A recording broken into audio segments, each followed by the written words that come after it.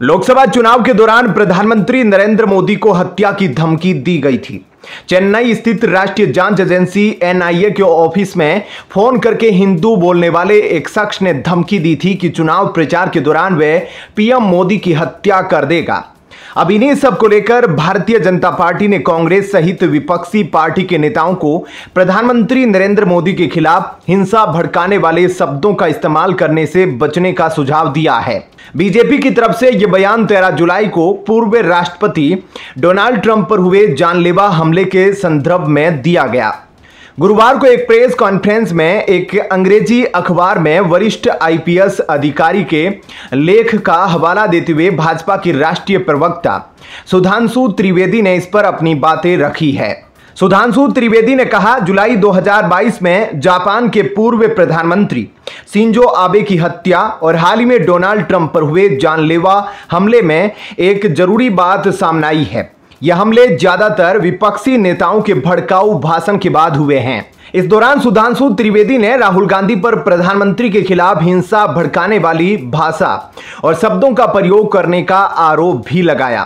त्रिवेदी ने कहा, कई कांग्रेस नेताओं के भाषणों में मौत और कब्र खोदना जैसे हिंसक शब्दों का इस्तेमाल किया गया। राजनीति एक चीज है, लेकिन हिंसा भड़काना इससे अलग है।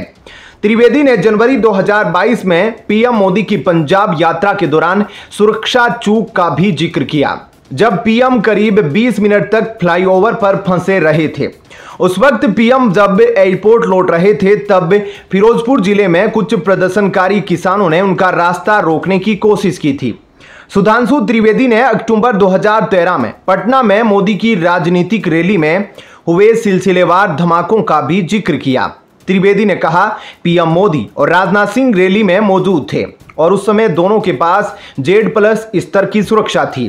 केंद्र में कांग्रेस सरकार की ओर से यह सुरक्षा में बड़ी चूक हुई थी। इस दौरान त्रिवेदी ने कहा कि राजनीतिक नेताओं की सुरक्षा को भाजपा ने गंभीरता से लिया है। त्रिवेदी ने कहा, जब राहुल गांधी कश्मीर और मणिपुर गए थे तो उनके मार्गों की जांच की गई थी और उनकी सुरक्षा का पूरा ध्यान रखा गया था।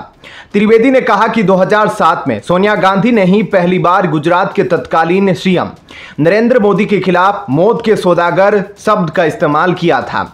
उन्होंने कहा, हमने आपातकाल के दौरान भी इंदिरा गांधी के खिलाफ ऐसे शब्दों का इस्तेमाल नहीं किया था। उन्होंने यह भी कहा कि पीएम के खिलाफ हिंसा भड़काने वाले शब्दों का इस्तेमाल न केवल गलत है, बल्कि यह खतरनाक भी है।